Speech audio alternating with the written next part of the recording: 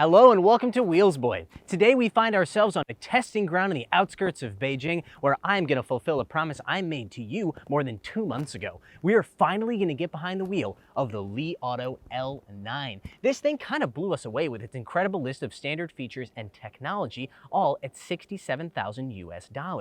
But if it's going to meet its aim of being the best family SUV for $750,000 or less, that's $750, not $75, it's going to have a driving experience to match. Let's get behind the wheel and find out. With hands-on test drives and reviews of exciting Chinese market vehicles, Wheelsboy is the #1 source for China auto insights. Be sure to check us out on Instagram and Facebook.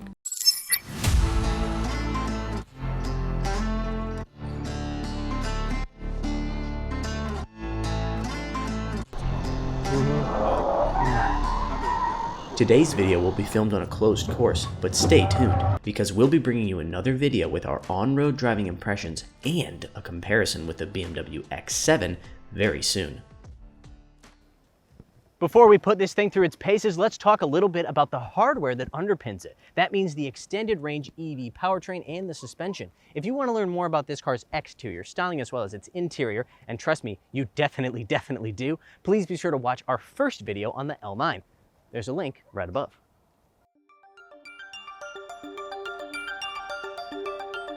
The L9 is an extended range EV that uses a 1.5-liter turbo 4-cylinder generator that powers front and rear mounted electric motors.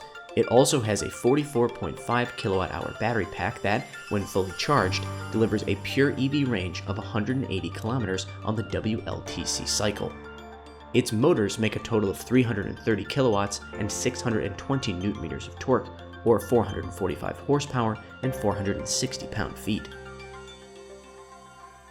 That's a whole lot of power, but then again, this is a whole lot of SUV, measuring more than 5.2 meters in length and weighing more than 2,500 kilograms. To keep all that in check, Li uses an air suspension with a double wishbone arrangement in the front and a 5-link independent suspension in the rear. All of this, they say, was tuned in-house. Li decided to begin the event by demonstrating some of the safety tech on the L9, starting with its automatic emergency braking system. The scenario was simple. A child, we'll call him Timmy, walks out from behind a car right in front of the L9. The L9 should sense Timmy in time to apply the brakes and bring the car to a stop. Luckily, that's what happened every time, much to Timmy's relief, I'm sure. The second scenario had us tailing a car at about 70 kilometers per hour when that car suddenly changed lanes, revealing a parked car in front of us. Once again, the L9 managed to come to a stop every time. Interestingly, you could feel the vehicle transition from its ADAS system braking to the full application of its automatic emergency braking system. The final safety scenario was the simplest of all, as the L9 just drove straight at a car that had flipped over. As simple as that sounds, this is something that has confused ADAS systems from other companies and led to accidents, as they aren't able to recognize the vehicle once it has flipped over. I'm here recording this voiceover, so obviously the L9 passed this test with flying colors.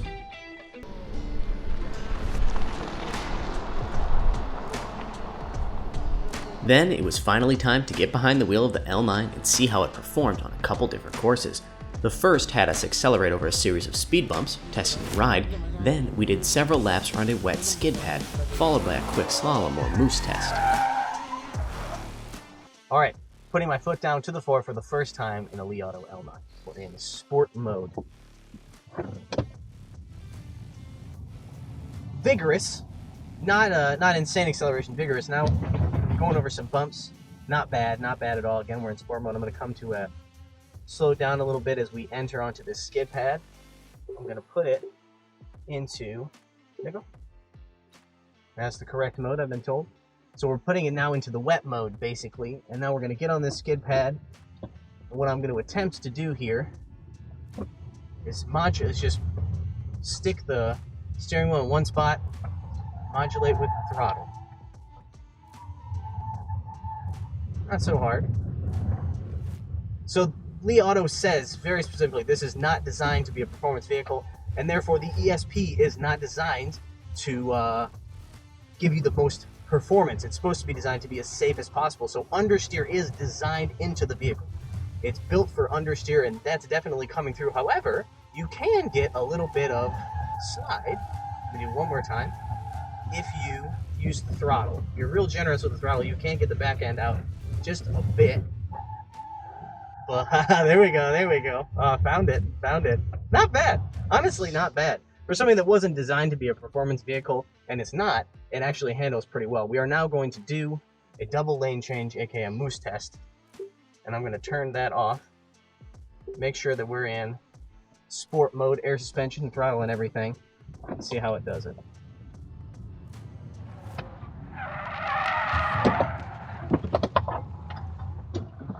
Not bad. Not bad. Definitely a decent amount of body roll, but we're talking about a 2,500 plus pound or kilo, vehicle, so pretty good actually.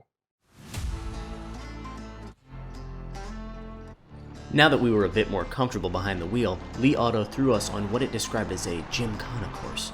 Considering it consisted mostly of parking the L9 in different spaces, I would call that a bit of an exaggeration.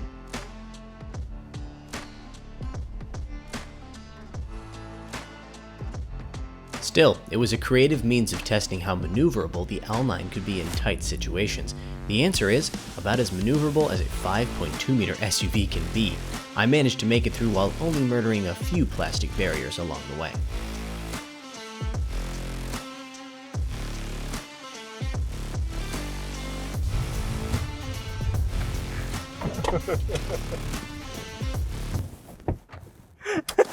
It wasn't pretty, but I did it.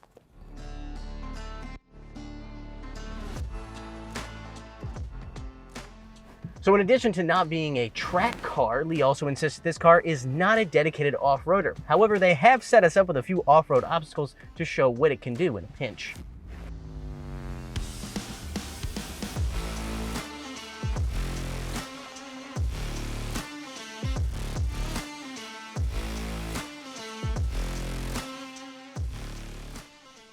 The L9 doesn't have locking differentials, but its electric motors do allow for precise distribution of power in low traction situations. Its air suspension also allows for as much as 21 centimeters or 8.3 inches of ground clearance. Okay, so now we're going to go through some water, pretty deep water actually, about 600 millimeters, which is something like 25 inches deep. I know 500 millimeters is around 20 inches, so pretty darn deep water. This is obviously an EV. We're going to put it into EV, full EV mode before we start.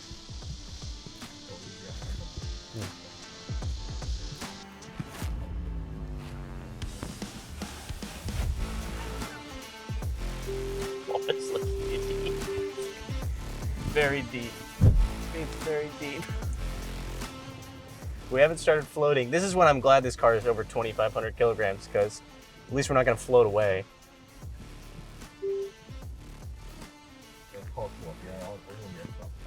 Waterproofing is always a concern with electric vehicles, and what better way to prove your EV won't leak than to do an imaginary river crossing. That one's all.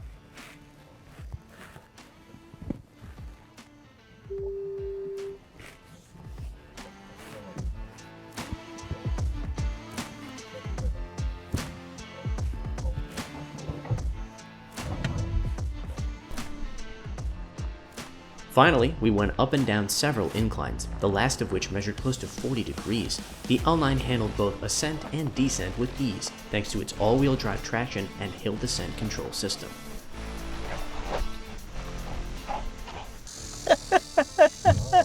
The car shouldn't be able to do that. Feels like I'm accelerating just because of the gravity pushing me into the seat.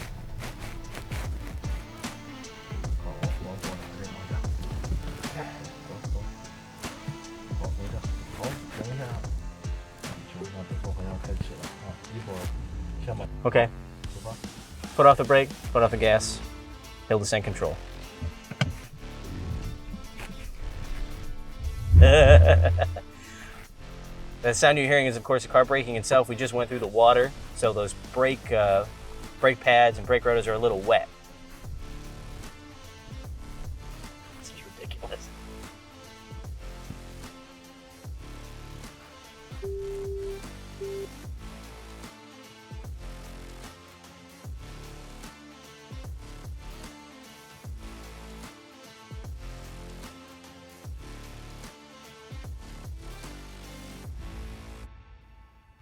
Li Auto told us up front that this car was not designed to be a performance vehicle, and guess what? It's definitely not. They also told us it was designed to be comfortable and easy to control, which is exactly what it is. This thing is actually pretty nimble for such a large SUV. What matters the most, however, is how it performs on the road, and we're gonna find that out in a future video. Not only that, we've taken Li Auto at their word, and we've borrowed a BMW X7 to put up against this thing. That's right, BMW, Li Auto, head to head. Be sure to like, subscribe, and hit the bell so you can see when that video debuts. Also, check us out on Facebook, Instagram, and our brand new website. All those links are in the description below. Thanks for watching.